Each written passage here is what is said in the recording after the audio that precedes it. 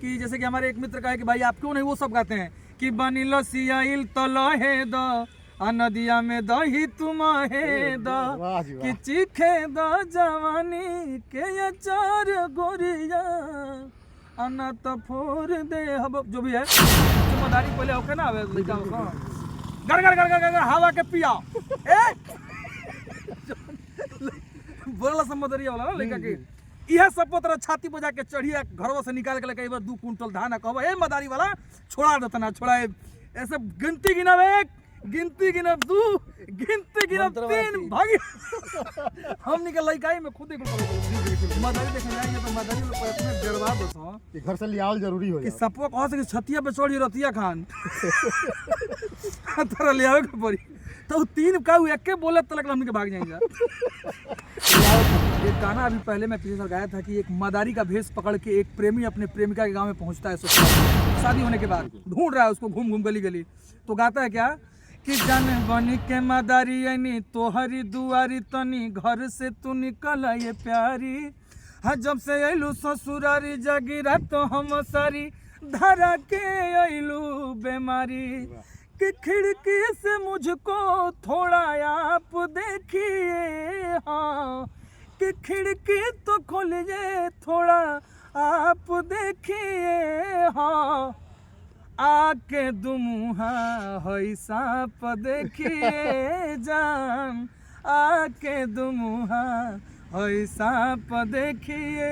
ये गाना मैं गांव में शूट किया मेरा रविराज दीपू सर्च करेंगे तो आपको मिलेगा कि रविराज दीपू ने विदाउट इतनी बड़ी पब्लिसिटी की और विदाउट इतने बड़े मतलब उसके व्यूज़ होने के बाद भी मैं बेहतर चीज़ें देता रहा हूँ शुरू से ही कि मैं अपने लिए भी गाता हूँ। कुछ ऑडियंस ऐसे भी हमारे हैं जो कुछ बेहतर सुनना चाहते हैं। जहाँ तक मुझे लगता है जहाँ तक ऐसा मौका मुझे मिलता है वो तो आपको सामाजिक विषयों पे तो ईश्वर की देन है कि आप कहीं ना कहीं किसी के लिए खड़े हो जाएं या किसी के लिए 2 कदम चल दें या कहीं आपके माध्यम से किसी का कुछ काम हो जाए तो ये ईश्वर प्रदत्त चीज़ें हैं। ये इंसान चाह के नहीं कर सकता है। आप उस लायक हैं आप उस काबिल हैं भगवान ने आपको उसके लिए निमित्त किया है।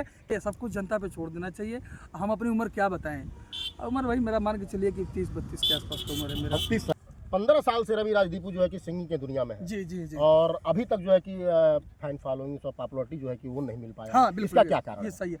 देखिए इसके पीछे कारण कुछ और विशेष नहीं हो सकता है। मैं सबको दोषी नहीं ठहरा सकता हूँ। मैं खुद भी उसमें ये हूँ कि कुछ कारण ये भी रहा है ना कि ऑयलिंग की व्यवस्था आजकल इंडस्ट्री में बहुत ज़्यादा है। जैसे आप जितने बढ़िया ऑयलर बनेंगे बिल्कुल बिल्कुल समझ सकते हैं। जैसे ऑयलर मैं नहीं हूँ बेहतर इंसान को हमेशा तवज्जो देता हूँ हमेशा सम्मान देता हूँ। जो लोग मुझे मानते हैं सम्मान देता हूँ मैं लेकिन वो एक कला जो है उस कला से मैं कहीं पीछे रह गया जो जिसको ऑयलिंग की क्षमता होती है। और फैक्ट हूँ मैं तुरंत सामने बोलता हूँ। इंडस्ट्रीज़ के लोग तो मुझे स्पेशल बाकायदा मुझे निकालने के लिए बड़ी बड़ी लॉबी लगी थी कि अभी एक मेरे मित्र बड़ी खास स्टार हैं आप जानते होंगे खेसारी लाल जी मैं उनके साथ था तो उनके कान में भी लोगों ने एक बात भर दी कि अरे यार तुमसे तो स्मार्ट है रविराज दीपू तुम उसको क्यों लेके घूमते हो वो फाइट करने जाता है तुम जाते हो तो वो भी जाता है ऐसा ना हो कि वही हीरो हो जाए। जबकि ऐसा कुछ ध्यान में था नहीं। मैं खेसारी लाल खुद हमें खेसारी लाल बड़े भाई समान है बहुत अच्छे प्रिय हमारे और वो एक मंच पे कायदे से बोले भी हैं कि दीपू भाई हमारे लिए बहुत कुछ चले हैं हमारे लिए चना। मैं वो एक भाव रखता था कि भाई एक मित्र है उनके जीवन में एक बड़ा एक मुकाम हासिल हो जाए एक बड़ा एक ओहदा उनके ज़िंदगी में एक शामिल हो जाए तो मैं इसलिए उनके साथ खड़ा था। लेकिन इंडस्ट्रीज़ के कुछ लोगों ने उनके भी कान भरे कि भाई ऐसा ना हो यार दीपू तुम्हारे साथ रहता है तो ऐसा ना हो कि कहीं वो स्टार हो जाए।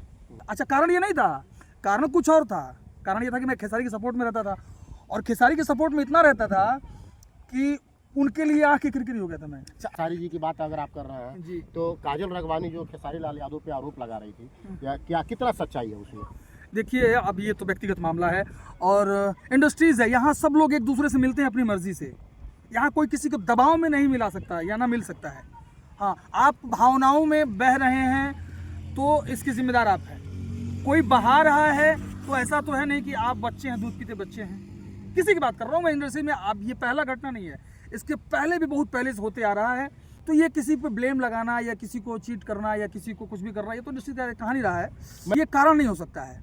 ये कारण नहीं हो सकता है कि आप नहीं लिए या फिर लिए हैं तो भी आप होंगे। एक लक भी है और एक आपका क्या है ना आप ऑयलर वाली बात बताया ना मैंने जो आपको टेलीफोनिक कंटिन्यू जी भैया कहाँ बनी भैया। ऐसा नहीं है कि मैं बहुत बड़ा स्टेट हूँ बहुत बड़ा तोप हूँ मैं।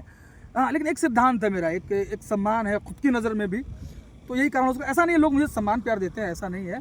रुकना वहाँ चाहिए जहाँ रिश्ता बन जाए, लेकिन बार बार यदि आप ही को झुकना पड़े तो एक बार रुक भी जाना चाहिए, नहीं तो आपकी पीठ के लोग पायदान बना लेते हैं। सच्चाई है, ये दुनिया है।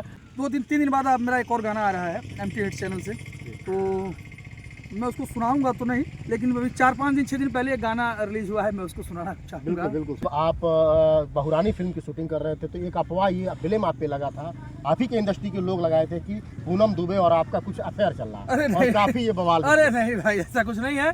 पूनम जी मेरी अच्छी दोस्त हैं, पूनम दुबे बड़ी अच्छी हीरोइन है, मेरे साथ बड़ा अच्छा काम किया उन्होंने। देखिए अफवाह तो देखिए किसी पे कोई लगा सकता है, देखिए आप, लेकिन सच्चाई है कि बिना आग का धुआं तो नहीं निकलता। नहीं नहीं ऐसा कुछ नहीं है। देखिए अब तमाम लोग ऐसी बातें करते हैं, लेकिन पूनम मेरी बहुत अच्छी दोस्त हैं, आज भी बात होती है। पूनम जी एक अच्छी एक्ट्रेस हैं,